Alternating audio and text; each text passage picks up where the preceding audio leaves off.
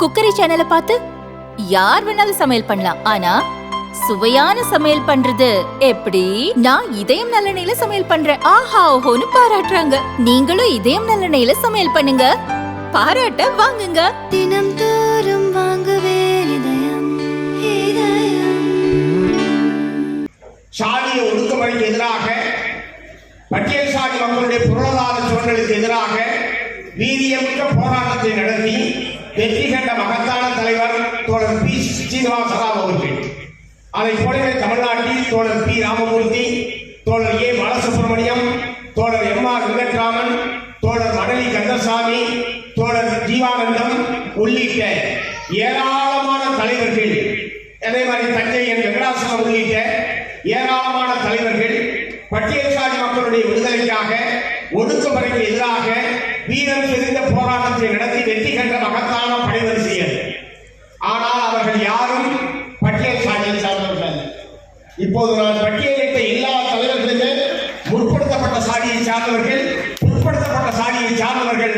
ஆனால் அவர்கள் தான் இந்த ஒடுக்குமுறைக்கு எதிராக தான் பிறந்த சாதியை எதிர்த்து அந்த போராட்டத்தை களத்திலே நடத்தி வெற்றி கண்டவர்கள். இந்த வரலாறு தான் தொடர வேண்டும். நான் உங்களை எல்லாம் கேட்டுக்கொள்வதற்காக இந்த மாநாட்டுக்கு வந்தவருடைய அடிப்படையான நோக்கமே நம்முடைய இந்த பாரம்பரியம், நம்முடைய இந்த வரலாறு மேலும் வலுவாக தமிழகத்திலே தொடர வேண்டும்.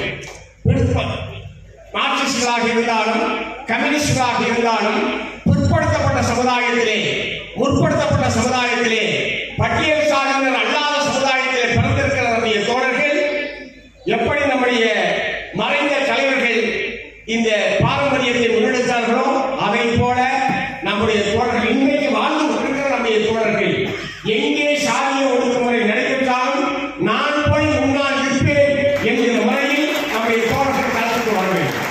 எந்த ஒரு அரசியல் கட்சியும் இது போன்ற பிரச்சனைகளில் வாக்கு வங்கியை பற்றி கவலைப்படாமல், தேர்தல் அரசியலை பற்றி கவலைப்படாமல், ஒடுக்கப்பட்ட மக்களுக்கு ஒரு பாதிப்பு என்று சொன்னால் எங்களுக்கு எதை பற்றியும் கவலையில்லை, அவர்களுடைய சட்டப்படியான உரிமைகளை நிலைநாட்டுவதுதான் எங்களுடைய ஆகப்பெரிய கடமை என்கிற முறையிலே தான் நாம் இந்த போராட்டத்தை, இந்த அமைப்பை நடத்தி கொண்டிருக்கிறோம். பஞ்சமேள மீட்பை பொறுத்தவரை சட்டப்படி எந்த தடையும் கிடையாது. உச்ச நீதிமன்ற உத்தரவு இருக்கிறது, உயர் நீதிமன்ற உத்தரவு இருக்கிறது, வருவாய்த்துறை நிலையாளிகள் இருக்கிறது. ஏற்கனவே நிலம் வழங்கப்பட்ட போது போட்ட உத்தரவிலேயே பட்டியல் சாதியினர் 10 ஆண்டுகளுக்கு விற்றால் செல்லாது, பட்டியல் சாதி அல்லாதவர் வாங்கினால் செல்லாது, 10 வருஷத்துக்கு பிறகு விற்றால் அது செல்லுபடியாகாது என்கிற நிபந்தனையின் அடிப்படையில் வழங்கப்பட்ட நிலம் பஞ்சமி நிலம். இந்த பஞ்சமி நில மீட்புக்கான போராட்டத்தை தொடர்ச்சியாக பல்லாண்டு காலமாக மீண்டும் மீண்டும் நாம் முயற்சித்தாலும் அத்தி பூத்தது போல் இங்கே திருவண்ணாமலை மாவட்டம் அருங்குடம் கிராமத்தில் மீட்கப்பட்டதை போல ஒரு அத்தி பூத்ததை போலத்தான் சில இடங்களில் இந்த நிலத்தை மீட்க முடிகிறதே தவிர பல லட்சக்கணக்கான ஏக்கர் நிலங்கள் பட்டியல் சாதி அல்லாதவர்கள் கையிலே பல தலைமுறைகளாக இருந்து கொண்டிருக்கிறது. உரிமை படைத்த நம்முடைய மக்கள் நிலமற்றவர்களாக, அத்த கூலிகளாக கடுமையான வறுமையிலே வாடிக்கொண்டிருக்கிறார்கள். சட்டம் தடையில்லை, அரசு ஆணைகள் தடையில்லை, நீதிமன்ற உத்தரவுக்கு எந்த விதமான தடையும் இல்லை. எது தடையாக இருக்கிறது? ஆட்சியாளர்களுக்கு மனமில்லை என்பதுதான் அதில் இருக்கிற மிக முக்கியமான தடை. ஆகவே தமிழ்நாடு அரசாங்கத்தை இந்த மாநாட்டின் வாயிலாக நான் வலியுறுத்த விரும்புவது, பஞ்சம நிலம் என்று நீங்கள் கண்டறிந்திருக்கிற, நாங்கள் சொல்வதையெல்லாம் நீங்கள் ஏற்க வேண்டிய அவசியம் இல்லை. இனிமேல் நீங்கள் புலனாய்வு குழுக்களை அமைத்து கண்டுபிடிக்க வேண்டிய அவசியம் இல்லை. ஏற்கனவே சுமார் 2.5 லட்சம் ஏக்கர் பஞ்சம நிலம் இந்த இடத்தில் இருக்கிறது, இன்னாருடைய ஆக்கிரமிப்பு இருக்கிறது, இன்னென்ன சர்வே எண் என்பது உட்பட அரசிடம் இருப்பதாக ஏற்கனவே வருவாய் நிர்வாக ஆணையம் அறிக்கையை வெளியிட்டிருக்கிறார். நீங்கள் கண்டறிந்திருக்கிற குறைந்தபட்சம் அந்த 2.5 லட்சம் ஏக்கர் பஞ்சமி நிலத்தை மீட்பதற்காவது நீங்கள் ஆக்கப்பூர்வமான நடவடிக்கை எடுக்க வேண்டும் என்று இந்த மாநாட்டின் வாயிலாக தமிழ்நாடு அரசாங்கத்தை நான் வற்புறுத்த விரும்புகிறேன்.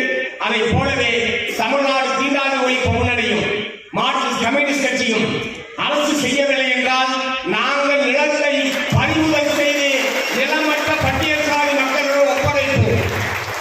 ஆகவே நாங்கள் பறிமுதல் செய்து ஒப்படைப்பதா, அரசாங்கமே எடுத்துக் கொடுப்பதா என்பதை ஆட்சியாளர்கள் தான் முடிவு செய்ய வேண்டும். நீங்கள் செய்யவில்லை என்றால்